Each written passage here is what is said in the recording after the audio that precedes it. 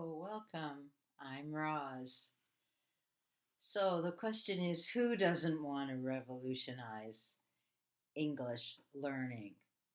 I know everybody in this audience does, and I'm here to talk about empowering ESL and EFL learners through English first teaching. So follow me. I'll be your facilitator for this session, and we're going to discuss how an English speaking first attitude in ESL classes can hugely benefit the learner's progress in so many ways. Let's go. We're going to learn about what English first learning really means and talk about why it doesn't happen. Understand the consequences of not having English first classes, and then we'll figure out ways to make English first happen through empowerment and community building. And finally, wrap up the session so that you can equip your learners with ways to communicate and understand in English more clearly to their full potential. So, before we start the session, let's warm up with a little icebreaker question. I want you to imagine you are a swimming instructor. How can you teach swimming if you don't have a swimming pool? Can the students learn if they can't go in the water? Are you going to keep on teaching swimming without a swimming pool? It's the same thing with learning any other skill. Learning to paint, learning to play golf, learning to ride a bike. They're all the same. You can't learn a new skill without doing it. It's the same thing with learning English. You've got to be speaking it and listening to it if you're going to learn to speak English. As a swimming instructor, you know you can't teach how to swim without going in the water. We're going to address the prevalent issue of native language L1 dominance in ESL classrooms. There are millions of native English ESL teachers, such as myself, who cannot speak the L1 language of the learners, and yet we have great success with our learners if we're good teachers, of course. In all major cities in Canada, for example, we have French immersion schools. They're very successful when the students hear and are taught the French language all day long. The French first works really well. English first will work well in English classes too. You just have to give it a chance. To do that, 70% of the talk time should be student talk time, and the remaining 30% should be teacher talk time only. If you don't believe me, let's continue. Now, just like you can't swim or learn to swim without a swimming pool and water, it's amazing that English learners do not hear English or speak English much. In most English classes, you don't hear the English language spoken. So how can learners learn to speak English? Is it that if I teach enough grammar, they'll be able to speak? I doubt it. Low scores in English proficiency tests are proving that grammar is just not enough. We're all wondering about that because students can pass a grammar test, but if you try to have a conversation with them, it's just not happening. It's hard to pinpoint just one reason behind this. So I think there are several reasons. I think that probably there are several cultural influences in language teaching practices, such as not wanting to lose the L1 language. The theory is if they learn English, they'll forget their native language. That idea does surprise me because I doubt you ever forget when you were born in a language. Another reason could be that speaking the English language is often not a requirement for teachers to secure a teaching job. So lots of ESL teachers struggle to speak English in their classes because they're just not competent enough to speak, or maybe confident enough. Some teachers perceive that students' lack of vocabulary and pronunciation are the major problems they encounter while teaching speaking.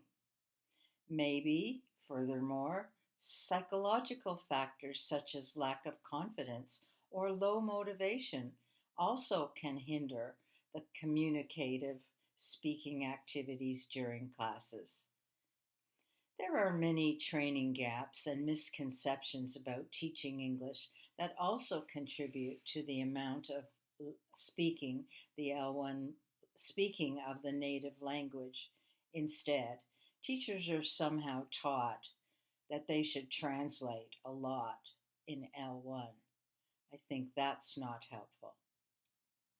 And last, there are also many insights into societal expectations influencing teaching approaches, such as too much focus on grammar study, not enough on using the language in speaking, or the mistaken notion that English is not necessary to be successful in a native country. Although I don't know that in some countries, English and the teaching of language in many universities around the world, actually there aren't many top professions that don't really require English proficiency in our globalized world. These are some of the professions that do require English: technology, medicine, economics, science, international relationships, journalism, art, and tourism are just a few. So English really is necessary for our ESL students.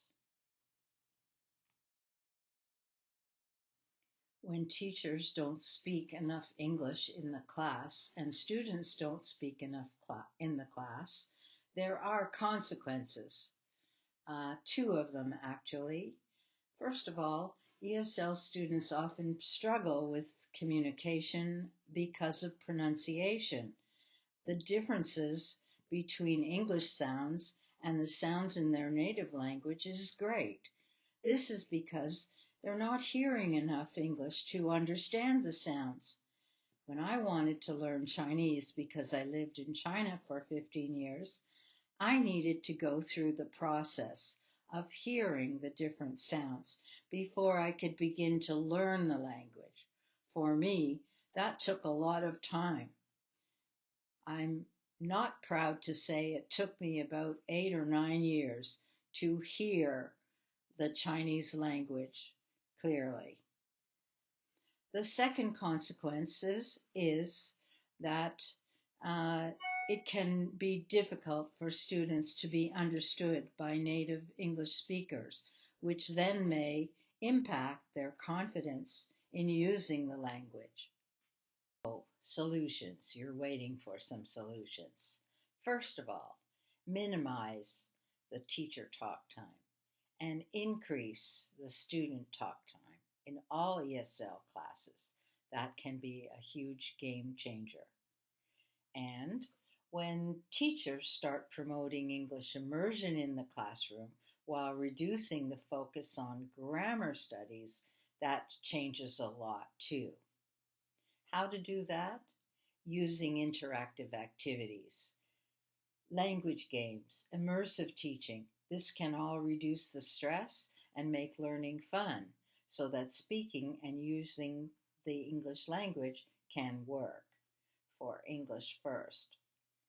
The last method I'd like to tell you about is implement multiple intelligences activities. This is introducing activities into the classroom that help all learners learn in different ways. So that's another topic for another day.